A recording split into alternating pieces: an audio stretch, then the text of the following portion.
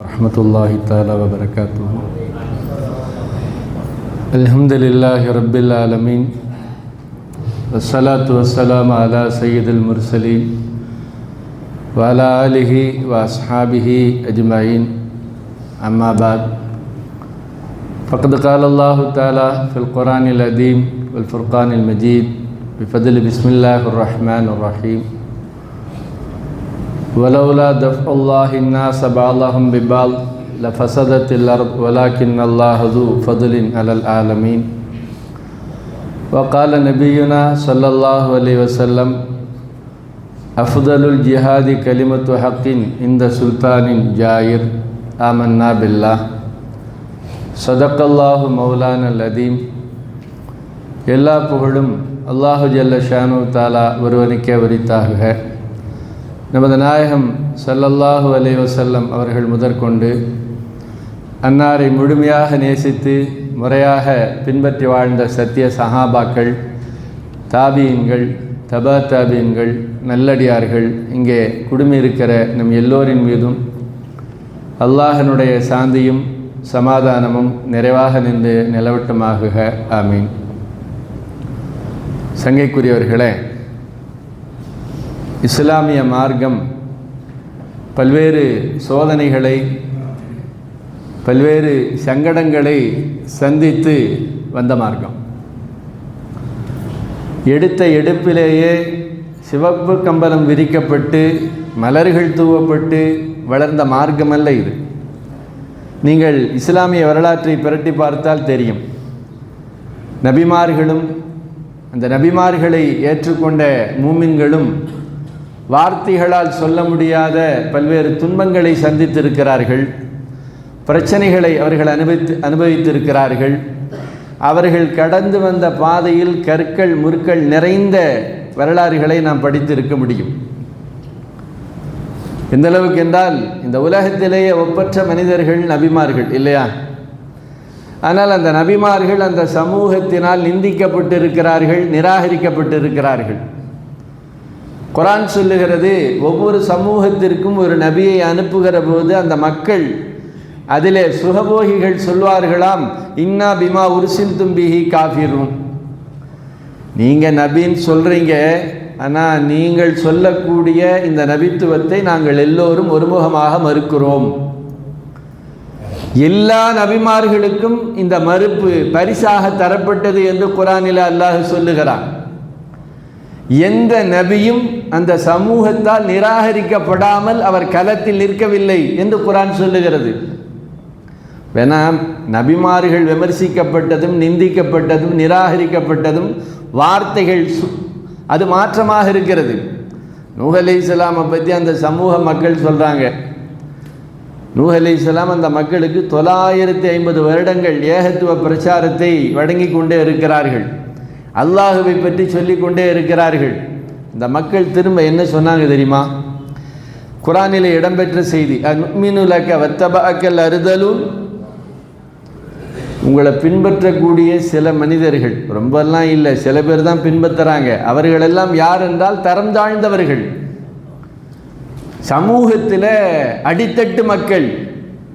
அடித்தட்டு மக்கள் தான் உங்களை பின்பற்றுகிறார்கள். அப்படி இருக்க சமூகத்தின் தலைவர்களாகிய நாங்கள் உங்களை பின்பற்றுவோமா? நீங்கள் அவ்வளோ ஒன்றும் பெரிய ஆள் கிடையாது என்று நேர்முகமாக நூஹ் அலைஹிஸ்ஸலாம் அவர்களை பரிகாசம் செய்தார்கள். அப்படின்னா இந்த உலகத்தில் நபிமார்கள், நல்லோர்கள் நிந்திக்கப்பட்டிருக்கிறார்கள், அவமானப்படுத்தப்பட்டிருக்கிறார்கள். இந்த சமூகம் இன்றைக்கு உலக நாடுகள் முழுவதும் இருக்கிறது என்று சொன்னால், சங்கைக்குரிய பெரியோர்களே, அது பல அவமானங்களை தாண்டித்தான் வந்திருக்கிறது, பல அடக்குமுறைகளை தாண்டித்தான் வந்திருக்கிறது. பிரச்சனைகளை சமாளிப்பதற்கான ஈமானிய உரத்தோடு தான் இஸ்லாமிய சமூகம் என்றைக்கும் பயணித்திருக்கிறது. இதை ஏன் சொல்லுகிறோம் என்று சொன்னால், இன்றைக்கு முஸ்லிம் சமூகம் குறிப்பாக இந்த தேசத்தில் மத்திய அரசின் மூலமாக தொடர்ந்து குறிவைக்கப்படுகிறது, தொடர்ந்து நிந்திக்கப்படுகிறது, தொடர்ந்து அவர்கள் அடக்குமுறைக்கு உள்ளாக்கப்படுகிறார்கள் என்கிற ஆதங்கத்தில் நாம் இதை சொல்லுகிறோம். அடக்குமுறைக்கு அடங்கி போகக்கூடியவர்கள் அல்ல முஸ்லிம்கள். அப்படி இருந்தால் ஃபிரௌனுடைய அடக்குமுறைக்கு இஸ்லாம் அன்னைக்கே என்ன செய்திருக்கணும்? அடங்கி போயிருக்கணுமே. காரூன் நினைத்த போது இந்த இஸ்லாத்தை அடித்திருக்க வேண்டுமே, இல்லையா? அபூஜஹல், அபூலஹ், உத்பா, ஷைபா ஒன்று திரண்டார்களே, அன்றைக்கே இந்த இஸ்லாத்தை அடித்திருக்க வேண்டுமே. சங்கைக்குரியவர்களை அதையெல்லாம் கடந்து தான் வந்திருக்கும். மத்திய அரசு தொடர்ந்து சிறுபான்மை சமூகத்தை குறிவைக்கிறது. முத்தலாக் தடை சட்டம் என்றார்கள், கொண்டு வந்தாச்சு. அதே போல் குடியுரிமை திருத்த சட்டம் என்று தேசத்தையே ஒரு குலுக்கு குலுக்கி விட்டார்கள். வக்ஃபு திருட்டு சட்டத்தை கொண்டு வந்தார்கள். இப்பொழுது எஸ்ஐஆர் என்று சொல்லக்கூடிய சிறப்பு தேர்தல் வாக்காளர் பட்டியல் திருத்தத்தை கொண்டு வந்திருக்கிறார்கள், இல்லையா? எஸ்ஐஆர். சங்கைக்குரியவர்களே, இது தேர்தலை பற்றியோ அரசியலை பற்றியோ இல்லை என்பதை மிக ஆணித்தரமாக புரிந்து கொள்ள வேண்டும்.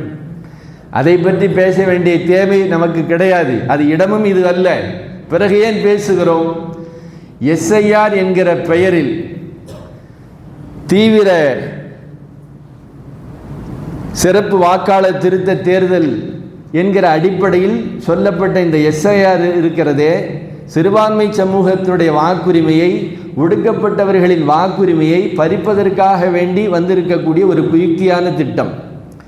தேர்தல் ஆணையம் கடந்த வாரம் சொல்லியிருக்கு, இல்லையா?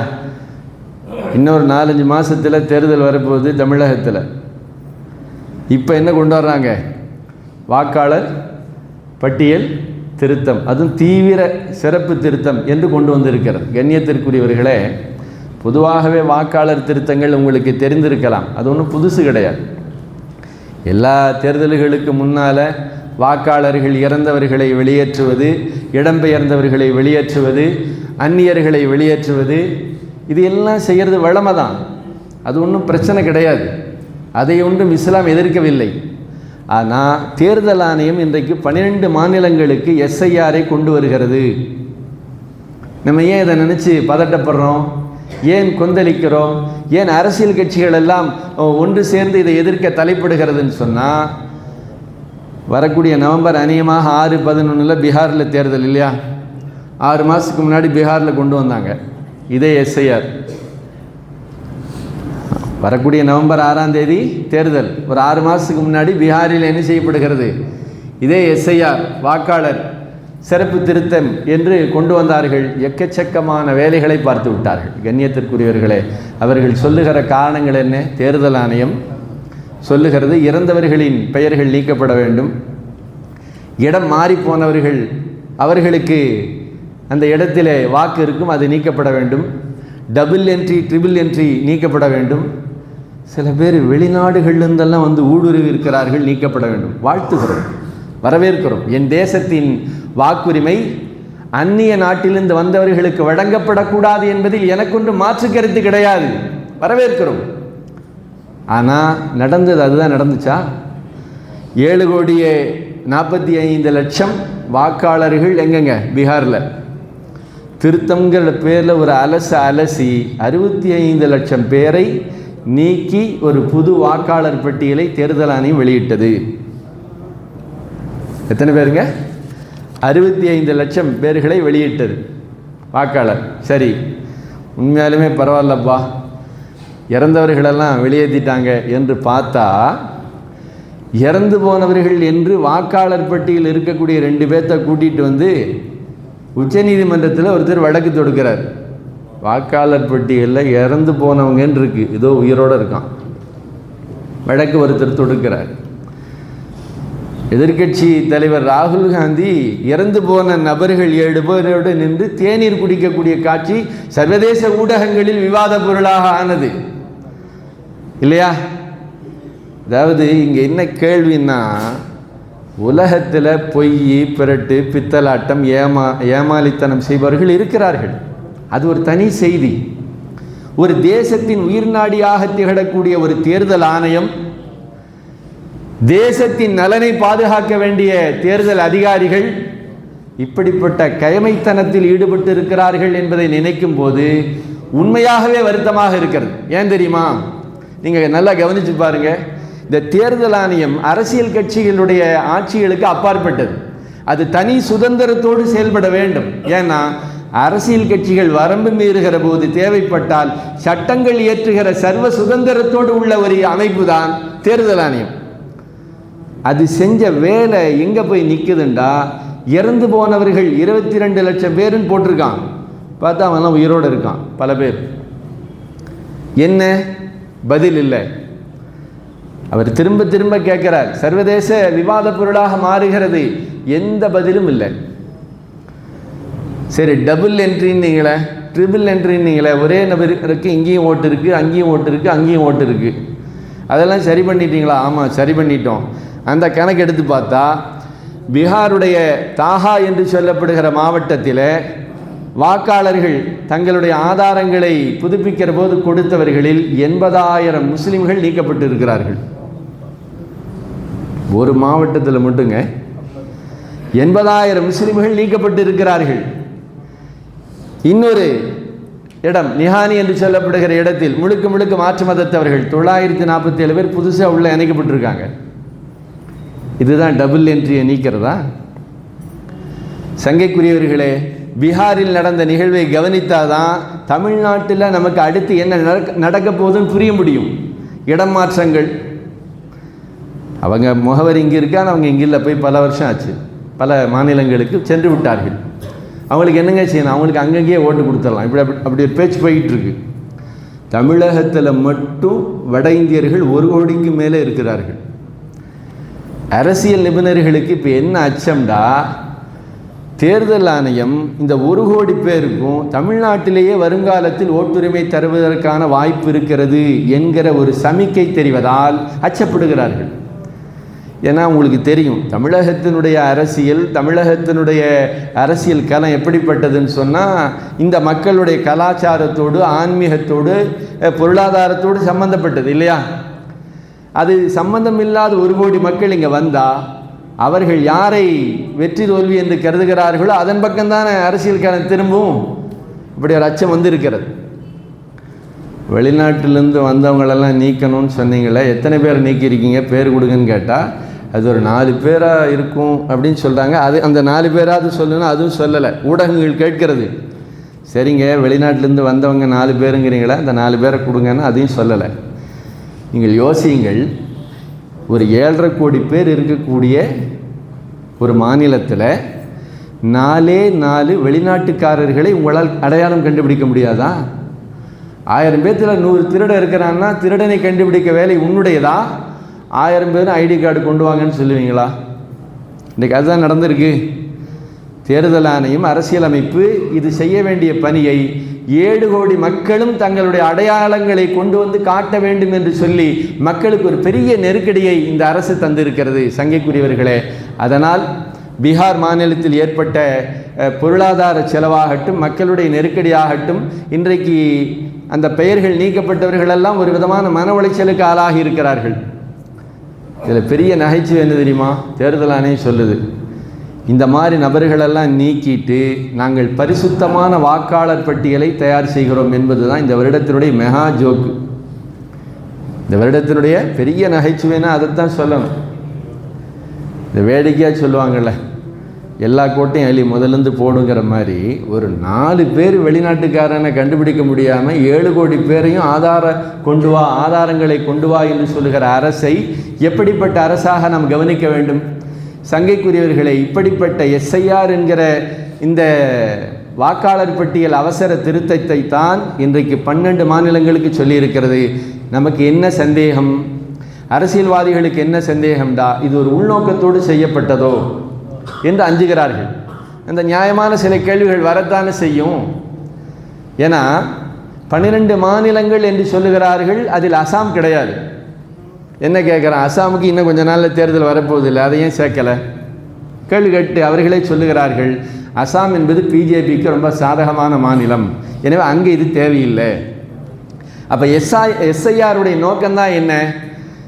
பிஜேபி அரசுக்கு சாதகமான வாக்காளர்களை சேர்த்துவதும் எதிர்வாக்குகளை நீக்குவதும் தான் SIRின் நோக்கம் என்று மிக பட்டவர்த்தனமாக தெரிகிறது என்கிறார். கண்ணியத்திற்குரிய பெருமக்களே, அப்படி என்றால் இது பீகாரில் நடந்த ஒரு முன்மாதிரியை வைத்து இன்றைக்கு நாம் எச்சரிக்கையாக இருக்க வேண்டியிருக்கிறது. ஏன்னா 2 வருட காலங்களாக நடந்த இந்த வாக்காளர் பட்டியல் திருத்தம் கடந்த வருஷங்களில் 2003 2002 தமிழகத்தில் பல இடங்களில் 2 வருட காலங்களாக நடந்த வாக்காளர் பட்டியல் திருத்தம் இன்னைக்கு 4 மாதத்தில் நடக்குது. இதை வர நவம்பரில் தொடங்கி பிப்ரவரியில் முடியுது. எப்படிங்க சாத்தியம்? தமிழகத்தில் 6 கோடி மக்களுக்கு மேலே இருக்காங்களே, 6 கோடி மக்களுக்கு ஒரு 70 லட்சம் அதிகாரிகள் சென்று டோர் பை டோராக எல்லாத்தையும் சரி பார்த்துட முடியுமா ஒரே மாதத்தில்?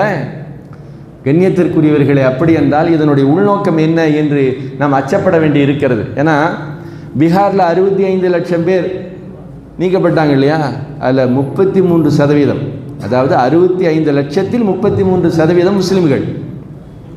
நீக்கப்பட்டவங்க எத்தனை பேருங்க? 33% ஓட்டுகள் சிறுபான்மை சமூகத்தினுடைய ஓட்டுகள் நீக்கப்பட்டு இருக்கின்றன. அப்படி என்றால் இந்த எஸ்ஐஆர் எதை குறிவைக்கிறது? பிஜேபிக்கு எதிராக இருக்கக்கூடிய சிறுபான்மை, தலித் மற்றும் ஒடுக்கப்பட்ட சமூகத்தை குறிவைத்து அவர்களை தள்ளுகிறது. நமக்கு எதிராக வாக்களிக்கிறவங்களுக்கு ஓட்டே இல்லைன்னு சொல்லிட்டா நம்முடைய வெற்றி யார் தடுக்க முடியும்? களத்தில் சண்டை செய்ய எதிரி இருந்தால் தானுங்க. எதிரியே இல்லாட்டி என்கிற யதார்த்தத்தை இன்றைக்கு தேர்தல் ஆணையத்தின் உதவியோடு இன்றைக்கு செய்து கொண்டிருக்கிறார்கள். சங்கைக்குரியவர்களே, ஏனென்றால் நீங்கள் சிந்தித்து பார்த்தால் தெரியும், உச்சநீதிமன்றம் இதை வழக்காக எடுத்து விசாரிக்குது. என்னப்பா பீகாரில் நீங்கள் 11 ஆவணங்கள் சமர்ப்பிக்கணும்னு சொல்லியிருக்கீங்க, அந்த 11 ஆவணங்களில் ஆதார் கிடையாதுங்கிறீங்க, லைசன்ஸ் இல்லைங்கிறீங்க, அடிப்படை சான்றுகளாக இருக்கக்கூடிய ரேஷன் கார்டு இல்லைங்கிறீங்க, கேஸு ஆதாரம் இல்லை என்றால் வேறு என்னதான் ஆதாரம்? பாஸ்போர்ட் ஆதாரம். நீங்கள் பாஸ்போர்ட்டை கொண்டு வந்தால் என்ன செய்யலாம்? நீங்கள் உங்கள் குடியுரிமையை நிரூபிக்கலாம். இப்போ உச்சநீதிமன்றத்தில் கபில் சிபில் சொல்கிறார், பீகாருடைய 7.5 கோடி பாப்புலேஷனில் 36 லட்சம் தான் பாஸ்போர்ட் இருக்கான். இதுங்க 7.5 கோடி பாப்புலேஷனில் வெறும் 36 லட்சம் பேருக்கு தான் பாஸ்போர்ட் இருக்குது. உடனே நீதிபதிகள் சொல்கிறாங்க, இதுவே இங்கே அதிகம்தாங்கிறாங்க. பீகார் போன்ற மாநிலத்தில் 36 லட்சம் பேருக்கு பாஸ்போர்ட் இருக்கா என்று ஆச்சரியமாக கேட்கக்கூடிய ஒரு நிலை இருக்கிறது. அப்படி என்று சொன்னால் அவர்கள் சமர்ப்பிக்க வேண்டும் என்று சொன்ன ஆதாரங்கள் அனைத்தும் அந்த மக்களிடத்தில் இல்லாதது. எதுவெல்லாம் அடித்தட்டு மக்கள்கிட்ட இல்லாததோ அப்படிப்பட்ட ஆதாரங்களை சமர்ப்பிக்க வேண்டும் என்று தேர்தல் ஆணையம் சொல்லியிருக்கிறது என்று சொன்னால், சங்கைக்குரியவர்களே, இதில் நிச்சயமாக உள்நோக்கம் இல்லாமல் இருக்க முடியுமா? 65 லட்சம் பேர்த்தை நீக்கியிருக்கீங்களே, அந்த லிஸ்ட்டை கொடுங்கன்னா அதெல்லாம் தர முடியாது. பிளாக் ஸ்பாட்டில் போய் பார்த்துக்கங்க, அங்கே போய் பார்த்தா ஓப்பன் ஆக மாட்டாங்குது. உச்சநீதிமன்றம் வம்படியாக 4 முறை கேட்டதற்கு பிறகு தான் தேர்தல் ஆணையம் வெளியிட்டு இருக்கிறது. நமக்கு என்ன ஆச்சரியம் தெரியுமா? மக்களால் மக்களுக்காக வேண்டி தேர்ந்தெடுக்கப்பட்ட ஒரு டெமோக்ரஸி, ஒரு ஜனநாயக நாட்டிலே மக்களுக்காக வேண்டி இருக்கக்கூடிய ஒரு அமைப்பு தேர்தல் ஆணையம் இந்த அளவுக்கு எப்படி தைரியமாக துணிச்சலோடு ஒரு சர்வாதிகார மனப்பான்மையோடு பேசுகிறது என்கிற ஆச்சரியத்திற்கு விடை என்ன தெரியுமா? சில நாட்களுக்கு முன்னால் மத்திய அரசு ஒரு சட்ட திருத்தம் கொண்டு வந்துச்சு. அதை பார்த்தா தான் இது புரியும். என்ன சட்ட திருத்தம்டா? தலைமை தேர்தல் அதிகாரி நியமனத்தில் பிரதமர், உச்சநீதிமன்ற நீதிபதி, எதிர்க்கட்சி தலைவர் 3 பேர் அடங்கிய குழு அவர்கள் வாக்களித்து தேர்ந்தெடுக்கலாம். 3 பேரில் 2 பேர் வாக்களித்தா எனக்கு மெஜாரிட்டி, அப்படி தானே? 3 பேரில் 2 பேர் மெஜாரிட்டி, அவர்கள் தேர்தல் தலைமை அதிகாரியை தேர்ந்தெடுக்கலாம். இப்போ இந்த சட்டத்தை மத்திய அரசு திருத்துது. எப்படி திருத்துது? பிரதமர், கேபினட் அமைச்சர், யார் இல்லை, உச்சநீதிமன்ற நீதிபதியை தூக்கியாச்சு.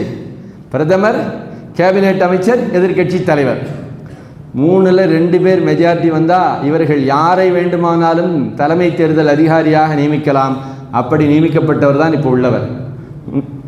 உள்துறை அமைச்சருடைய முன்னாள் செயலாளர் தான் இன்றைக்கு தலைமை தேர்தல் அதிகாரியாக இருக்கிறார். ஒரு கருத்து, அது எந்த அளவுக்கு யதார்த்தம் உண்மைன்னு நமக்கு தெரியல. இந்த தேர்தல் அதிகாரியின் மீது அவர் இருக்கிற போதும் வழக்கு தொடுக்க முடியாது, பின்னாட்களிலும் எப்பொழுதும் அவர் மீது வழக்கு தொடுக்க முடியாது என்றும் ஒரு சட்ட திருத்தம் செய்யப்பட்டதாக நாம் கேள்விப்படுகிறோம். அப்படின்னா இவர்கள் எஸ்ஐஆருக்கு முன்னால ரொம்ப தெளிவாகத்தான் இவர்கள் சட்ட திருத்தம் செய்திருக்கிறார்கள். இப்போ அவர்கள் கோர்ட்டுக்கும் பதில் சொல்ல வேண்டிய அவசியம் கிடையாது. அப்படின்னா நம்ம வெறுமனே போராடி கொண்டு இருக்க வேண்டிய ஒரு இக்கட்டு நிலைக்கு தள்ளப்பட்டிருக்கிறோம். சங்கைக்குரிய பெருமக்களே, நாம் யோசிக்க வேண்டும். இப்படிப்பட்ட செயல்பாடுகள் எதை காட்டுகிறதுன்னு சொன்னால், பிஜேபி அரசும் தேர்தல் ஆணையம் இரண்டும் சேர்ந்து கூட்டு சதி செய்து இந்த தேசத்தில் இருக்கக்கூடிய சிறுபான்மை சமூகத்தினுடைய வாக்குரிமையை பறிக்கிறார்கள். அது மட்டும் இல்லை, குடியுரிமையும் பறிக்கிறார்கள். ஏன்னா இதை நல்லா கவனிச்சா தெரியும். ஒரு வகையில் இது எஸ்ஐஆர்னு சொல்ல முடியாது, என்ஆர்சியினுடைய மறு வடிவம் என்று தான் இதை சொல்லுகிறார்கள். அப்படி என்றால் ஜனநாயக நாட்டில் ஒரு அரசு வடிவத்தில் இன்றைக்கு தேர்தல் ஆணையம் ஆட்சியாளர்களுக்கு அவர்கள் ஜால்ராவாக இருப்பது மிக வேதனையான ஒரு செய்தியாக இருக்கிறது. சங்கைக்குரிய பெருமக்களே, தேர்தல் ஆணையம் தடன் புரளுகிறதோ என்கிற அச்சம் நமக்கு வந்திருக்கிறது. தமிழில் சொல்லுவோம், இந்த வேலையே பயிர மேஞ்ச கதம்பாங்கள், அது இதுதான். இப்போ நம்ம என்ன செய்வது? ஜனநாயகத்தை சர்வாதிகாரமாக மாற்றுவதற்கு தேர்தல் ஆணையமும் ஆளுகிற அரசும் அவர்கள் கைகோர்த்து வருகிற போது, சங்கைக்குரியவர்களே, சர்வாதிகாரம் தலை தூக்குகிற போது இஸ்லாம் அதற்கு எதிராக நின்று போர் முழக்கம் செய்யுங்கள் என்று நமக்கு அல்லாஹ் இந்த இடத்திலே வழிகாட்டுகிறான் இல்லையா? நபி மூசா அலைஹிஸ்ஸலாம் அவங்க ஃபிரௌன் இடத்துல ஏகத்துவ பிரச்சாரத்துக்கு போனாங்க, குர்ஆனில் வருகிற வரலாறு. ஆனால் அதுக்கு முன்னாடி அந்த ஃபிரௌன் இடத்துல பனி இஸ்ரவேலர்கள் அவர்கள் அடிமைப்படுத்தப்பட்டவர்கள், உரிமை மறுக்கப்பட்டவர்கள், ஃபிரௌனுடைய சர்வாதிகாரத்திற்கு கீழ் அவர்கள் முடக்கப்பட்டவர்கள். நபி மூசா அலைஹிஸ்ஸலாம் ஏகத்துவ பிரச்சாரத்தை சொல்வதற்கு முன்னால் ஃபிரௌன்ட்ட சொன்னாங்க, முதல்ல நீ அடிமைப்படுத்தி வைத்திருக்கக்கூடிய அந்த பனி இஸ்ரவேலர்களை என்னோடு அனுப்பு, அந்நர்சில் மானா பனி இஸ்ராயில், அவர்களை என்னோடு அனுப்பு. சர்வாதிகாரத்திற்கு எதிரான குரல் நபிமார்கள் மூலமாக நமக்கு வழிகாட்டப்படுகிறது. ஏன்னா இன்னைக்கு நமக்கு எதுக்கு பழகிட்டோம்டா, இவங்க இப்படி தொடர்ந்து பண்ணிக்கிட்டே இருக்காங்க, சரி இது இப்படித்தான் என்று ஒரு டேக் இட் ஈஸியாக போகிற மனோநிலை வந்து விட்டது. சங்கைக்குரியவர்களே, வாளெடுத்து போர் செய்ய வேண்டிய அவசியம் இல்லை. இன்றைக்கு கருத்தியல் ரீதியான நம்முடைய கருத்துக்களை எதிர்ப்பாக பதிய வைக்க வேண்டிய அவசியம் இருக்கிறது இல்லையா? இந்த தேசத்தை சர்வாதிகாரத்தின் பக்கம் இட்டு செல்லக்கூடிய மனோநிலையை நாம் ஒருபோதும் ஏற்றுக்கொள்ளவே முடியாது. பெருமானார் ஸல்லல்லாஹு அலைஹி வஸல்லம் இடத்துல கேட்கப்பட்டுச்சு, நாயகமே ஜிஹாதில் சிறந்த ஜிஹாத் எது? ஐயுல் ஜிஹாதி அஃதுல். பெருமானார் ஸல்லல்லாஹு அலைஹி வஸல்லம் சொன்னாங்க, அஃதுலுல் ஜிஹாத் கலிமத்து ஹக்கின் இந்த சுல்தானின் ஜாயிர். ஒரு அநீதக்கார அரசன் சர்வாதிகாரமாக நடந்து கொள்கிறான், என்னை யாரும் எதுவும் கேட்டுவிட முடியாது என்கிற மனோநிலையில் வருகிற போது எழுந்து நின்று நீ செய்வது தவறு, நீ வரம்பு மீறுகிறாய், மக்களின் உரிமைகளை நீ முடக்குகிறாய், நீ அநீதம் செய்கிறாய் என்று நீங்கள் எதிர்கருத்தை பதிவு செய்யுங்கள். அந்த நேரத்தில் அது சிறந்த ஜிஹாத் என்றார்கள் பெருமானார் ஸல்லல்லாஹு அலைஹி வஸல்லம். நாம் அறிந்தவரையில் இன்றைக்கு அப்படி ஒரு சூழலில் நாம் நிறுத்தப்பட்டு இருக்கிறோம். யோசிச்சு பாருங்க, தமிழ்நாட்டில் அப்படி எஸ்ஐஆர் வந்து என்ன செஞ்சிருச்சு? சாதாரணமாக ஒரு அதிகாரி, ரொம்ப பெரிய அதிகாரிலாம் வேண்டாம், ஒரு பிஎல்ஓ வந்து என்ன செய்கிறாரு, உனக்கு என்ன கிடையாது, வாக்கு கிடையாதுன்னு சொல்லிட்டா வாக்கு கிடையாது தான். எந்த அளவுக்குன்னா நீங்கள் ரீசன் கூட கிளாரிஃபை பண்ண முடியாது. எனக்கு என்ன ரீசன் சொல்லணும்லாம் நீங்கள் கேட்டாலும் சொல்ல முடியாது, சொல்ல தேவையில்லை. அந்த அளவிற்கு அவர்களுக்கு ஒரு சர்வாதிகாரம் இங்கே வழங்கப்படுகிறது என்று சொன்னால், கண்ணியத்திற்குரியவர்களே, நாம் இதை எச்சரிக்கையாக அணுக வேண்டிய அவசியம் இருக்கிறது. வெளிப்படையாக சொல்கிறதெல்லாம் ரொம்ப அழகாக தான் இருக்குது. உங்கள் வீட்டுக்கு 3 முறை என்ன செய்வார்கள், பூத் லெவல் அதிகாரிகள் வருவார்கள், உங்களது வாக்குகளை என்ன வாக்காளர் பட்டியலை சரி செய்வார்கள், அதுவெல்லாம் கரெக்டாக தான் இருக்குது. 1 மாதத்துக்குள்ள 6 கோடி மக்களுடைய வாக்காளர் முகவரியை நீங்கள் எப்படி சரி செய்வீர்கள்? அதெல்லாம் பண்ணிடுவோம். எங்க 70,000 அதிகாரிகள் எப்படிங்க சரி பண்ணுவாங்க? அதெல்லாம் பண்ணிடுவாங்க. ஆச்சரியமாக இருக்கிறது கண்ணியத்திற்குரியவர்களே. அப்படி என்றால் இவர்களின் உள்நோக்கம் என்ன? வாக்காளர் பட்டியலை சரி செய்கிறது அல்ல. யாரெல்லாம் ஒன்றிய அரசுக்கு எதிராக வாக்களிப்பார்களோ, எந்தெந்த தொகுதியில் மெஜாரிட்டியோ, அங்கே வந்து மொத்தமாக ஒரு கத்தியை போட்டு எல்லாத்தையும் ஒரு தள்ளிடணும், அவ்வளோதான். என்ன நடக்கும்? எனக்கு வாக்கு இல்லை, வாக்கு கொடுங்கன்னு கேட்டுக்கிட்டே இருப்பார். சரின்னு அது மறுபரிசீலனை வர்றதுக்குள்ளே என்ன வந்துடும்? தேர்தல் வந்துடும். இவர் போராடிக்கிட்டே இருப்பார். ஒரு கட்டத்தில் யாரோ ஆட்சிக்கு வர்றதுக்கு நமக்கு எங்கே இவ்வளோ அடிச்சுக்கணும் விட்டுருவார். கண்ணியத்திற்குரியவர்களே, இது வெறுமனே வாக்குரிமை சம்பந்தப்பட்ட விஷயம் அல்ல, நம்முடைய குடியுரிமையும் இதில் அடங்கியிருக்கிறது. முஸ்லிம்கள் மட்டுமல்ல, இந்த தேசத்தின் இன்னும் சொல்ல போனால் 12 மாநிலங்களுடைய குடியுரிமை வாக்குரிமை இதிலே அடங்க பெற்றிருக்கிறது என்பதை இந்த இடத்தில் அரசியல் தலைவர்கள் மிகுந்த வருத்தத்தோடு பார்க்கிறார்கள். ஒரு டெமோக்ரஸி, ஒரு ஜனநாயக நாடு போகிற பயணம் மிக ஆரோக்கியமானதாக இல்லை என்று வருத்தத்தோடு பார்க்கிறார்கள். இப்போ நம்ம என்ன செய்யலாம்? அல்லாட்ட துவா செய்யணுங்க முதல்ல. ஏன்னா யதார்த்தமாகவே இன்றைக்கு ஒரு விதமான போர்க்குணம், போராடுகிற குணம் நம்மிடத்தில் குறைந்து விட்டதோ என்று நாம் வருத்தப்படுகிறோம். அநீதக்காரன் தலை தூக்குகிற போது அது எப்படி நம்ம அதை சகித்து கொண்டு செல்லலாமா? அதெல்லாம் நம்ம பெருசாக பேசக்கூடாது, அப்படியே போயிடணும் என்றால் கண்ணியத்திற்குரியவர்களை ஒரு நேரம் வரும், நம்முடைய பெயரை கூட உரத்து சொல்ல முடியாத ஒரு இக்கட்டான நிலை வந்து விடலாம். குர்ஆன் சொல்லுகிறது, உங்களுக்கு ஒரு பிரச்சனை வருகிற போது அந்த பிரச்சனை எதிர்த்து போராடாமல் அதில் வருகிற பிரச்சனைகளை சகித்து கொள்ளாமல் இருந்தால் உங்களுக்கு சொர்க்கம் கிடைத்து விடுமா?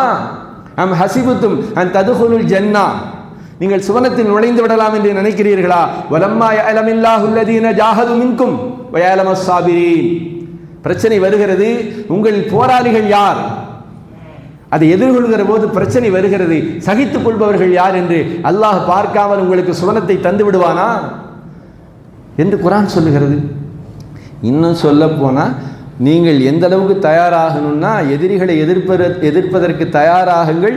துர்ஹிபூன பிஹி அதுவல்லாஹி அதுவக்கும். உங்களுடைய சட்ட போராட்டம், களத்தில் நின்று உங்களுடைய கருத்தியல் போராட்டம், எதிரிகளை அச்சுறுத்த வேண்டும், வாபஸ் வாங்கணும். அப்படிதான் ஆச்சு பீகாரில். திரும்ப திரும்ப திரும்ப அடித்து தான் என்ன செஞ்சுது, 65 லட்சம் நபர்கள் வாக்காளர் பட்டியலிலிருந்து வெளியேற்றப்பட்டவர்கள் மீண்டும் உள்ளே கொண்டு வரப்பட்டார்கள். கண்ணியத்திற்குரியவர்களே, இது போராடி உரிமையை பெறுகிற காலம். அடிப்படை உரிமைகள் மறுக்கப்படுகிற போது சகித்துக் கொள்வது ஈமானி அடகல்ல. என் உரிமையை நீ ஏன் மறுத்தாய் என்று எதிர்த்து நின்று ஜனநாயக முறைப்படி போராடுகிற அந்த நடைமுறையை குர்ஆனும் ஹதீஸும் ஊக்குவிக்கிறது. ஏன்னா நம்முடைய பிள்ளைகளுக்கு அதை பழக்கம். சோசியல் மீடியாவில் இது சம்பந்தமாக ஆரோக்கியமான முறையில் விவாதம் செய்ய வேண்டும். நமக்கு களமாடுகிற ஒரு நல்ல அரசியல் களம் கிடைத்தால் அரசியல் களத்தில் களமாட வேண்டும். மிக முக்கியமாக ஒரு கைட்லைன், ஒரு வழிமுறையாக நமக்கு மாநில ஜமாத்துல் உலமா சபை கூட சொல்லியிருக்கிறது. வருகிற 4ஆம் தேதி நவம்பர் 4 தொடங்கி டிசம்பர் 4 வரை வாக்காளர் திருத்தத்திற்காக வேண்டி அதிகாரிகள் நம்மை நாடி வருவார்கள். கவனிக்கணும், 3 முறையால் வருவாங்க. 3 முறை, ஒரு முறை வந்தால் இல்லை, 3 முறை வரணும். அவர்கள் வந்து நம்ம இடத்துல ஒரு ஃபார்ம் கொடுப்பாங்க, எனுமரேஷன் ஃபார்ம் என்று சொல்லுகிறார்கள். அந்த ஃபார்மிலே நம்முடைய தகவலை பூர்த்தி செய்து பாஸ்போர்ட் சைஸ் ஃபோட்டோவை ஒட்டி கையெழுத்திட வேண்டும். எந்த ஆவணங்களையும் தர வேண்டிய தேவையில்லை. அநேகமாக புதிதாக வாக்காளர்கள் இருக்கிறாங்க இல்லையா, அவர்களுக்குத்தான் கொஞ்சம் சிரமம். மற்ற ஏற்கனவே அவர்கள் 2003 வாக்காளர்களாக இருந்தால் அவர்களுக்கு பெரிய சிரமம் இல்லை. எனவே அவர்கள் அந்த ஃபார்மை வாங்கி பார்த்து அவர்கள் என்ன செய்ய வேண்டும், ஃபோட்டோவை ஒட்டி கொடுக்க வேண்டும். சங்கைக்குரியவர்களே, அது நமக்கு என்ன செய்யப்படும், மறுபடியும் அடுத்த மாதத்தில் திரும்ப வரும். டிசம்பர் 9 முதல் ஜனவரி 9 வரை அது வந்துடும். டிசம்பர் 9க்கு வந்துடும். வந்துருச்சுன்னா அதுலேருந்து அடுத்த ஜனவரி 9 வரைக்கும் என் பேர் மாறிடுச்சு, முகவரி மாறிடுச்சு, என் ஃபோட்டோ மாறிடுச்சு என்று என்ன செய்யலாம், மறுபடியும் கிளைம் பண்ணலாம். அதுக்கு 1 மாதம். கடைசியாக பிப்ரவரி 7 வந்துருச்சுன்னா அதுதான் ஃபைனல் இல்லையா? இப்படி என்பதாக தேர்தல் ஆணையம் அறிவித்திருக்கிறது. சங்கைக்குரியவர்களே, குயுக்தியாளர்கள் குயுக்தியாக செயல்பட்டு கொண்டு தான் இருக்கிறார்கள். நாம் என்ன செய்யணும், சட்ட போராட்டமும் செய்யணும், களமாட வேண்டும், எதிர்கருத்தும் பதிவு செய்ய வேண்டும். அதே நேரத்தில் இது எனக்கான வாக்கு, எனக்கான குடியுரிமை. எந்த நேரத்திலையும் போனால் போயிட்டு போது ஒரு ஓட்டு தான் போகக்கூடாது. போனால் போயிட்டு போது ஒரு ஓட்டு தானே, ஒரு வாக்கு தானேன்னு போகக்கூடாது. போராடி பெற வேண்டும். இது எனக்கான வாக்குரிமை, எனக்கான குடியுரிமை. நான் தோற்றே போனாலும் சரி, அல்லாஹ்விடத்தில் சென்று, யா அல்லாஹ், நாங்கள் அநீதம் இழைக்கப்படுகிற போது, புறக்கணிக்கப்படுகிற போது, எங்களுடைய குடியுரிமை மறுக்கப்படுகிற போது நாங்கள் போராடினோம் என்று அல்லாஹ்விடத்தில் சொல்லி நன்மை பெற முடியும். குர்ஆன் சொல்லுகிறது, இந்த மாதிரியான பொது சமூகத்தில் அநீதம் இழைக்கப்படுகிற போது சிலர்கள் மூலமாக சிலர்களை அல்லாஹ் தடுத்து விடுகிறான். அநீதத்தை அல்லாஹ் தடுத்து விடுகிறான். அப்படி தடுக்கலன்னா லஃபஸதத்தில் அர்ள், இந்த உலகம் சர்வாதிகாரமயமாகி போய்விடும் என்று குர்ஆன் சொல்லுகிறது. சங்கிக்குரிய பெருமக்களே, எனவே சர்வாதிகாரம் தலை தூக்குவதற்கு அது அரசு தோரணையில் வருகிறது என்பதை புரிந்து கொண்டு இதை நாம் வருங்காலங்களில் எதிர்க்க கடமைப்பட்டவர்கள். அதே நேரத்தில் நம்முடைய குடியுரிமை, அது நம்முடைய வாக்குரிமை, அது நமக்கான உரிமை. நம்முடைய அடுத்த தலைமுறைக்கு இதை புரிய வைக்க வேண்டும். எந்த இடத்திலேயும் நாம் சோர்ந்து போய்விடக்கூடாது. வல்ல நாயன் ஈமானிய எழுச்சியோடு, ஜனநாயக கடமை மட்டுமல்ல, இது ஈமானிய கடமை என்பதை புரிந்து செயல்படுத்தக்கூடிய வாய்ப்பை அல்லாஹ் வழங்குவானாக. அதே நேரத்தில் இங்கே தேர்தல் ஆணையம் தடம் பொருளுகிறதோ என்கிற கருத்தை நாம் பரப்ப வேண்டும். வல்ல நாயன் நமக்கு ஒரு நல்ல வெளிச்சத்தை தருவானாக. ஆமீன். வாஹிர் தவானா அல்ஹம்துலில்லாஹி ரப்பில் ஆலமீன். அஸ்ஸலாமு அலைக்கும் வரஹ்மத்துல்லாஹி தஆலா வபரகாத்துஹு.